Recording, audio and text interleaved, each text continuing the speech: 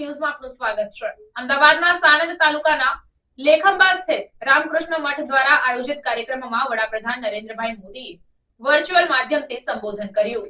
વડાપ્રધાન નરેન્દ્રભાઈ મોદીએ આ પ્રસંગે જણાવ્યું હતું કે આજનું ભારત પોતાના જ્ઞાન, પરંપરા અને સદીઓ જૂના ઉપદેશોને આધારે આગેકૂચ કરી રહ્યું છે।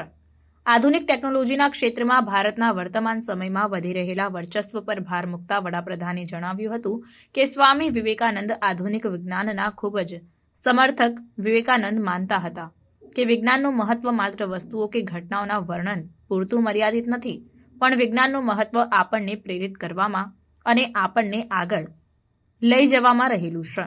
ભારતની ઓળખને વિશ્વની ત્રીજી સૌથી મોટી સ્ટાર્ટઅપ ઇકોસિસ્ટમ, વિશ્વનું ત્રીજું સૌથી મોટું અર્થતંત્ર બનવાની દિશામાંના પગલાં, માળખાગત સુવિધાના ક્ષેત્રમાં આધુનિક નિર્માણ અને ભારત દ્વારા આપવામાં આવી રહેલા વૈશ્વિક પડકારોનું સમાધાન પ્રદાન કરવા જેવી અનેક સિદ્ધિઓથી ભારતની ઓળખને માન્યતા મળી છે, તેમ તેમણે ઉમેર્યું હતું।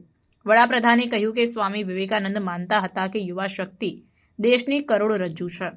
યુવાનોની શક્તિ વિશે સ્વામી વિવેકાનંદના અવતરણનો ઉલ્લેખ કરીને પ્રધાનમંત્રીએ કહ્યું હતું કે હવે સમય આવી ગયો છે અને આપણે આ જવાબદારી ઉપાડવી પડશે।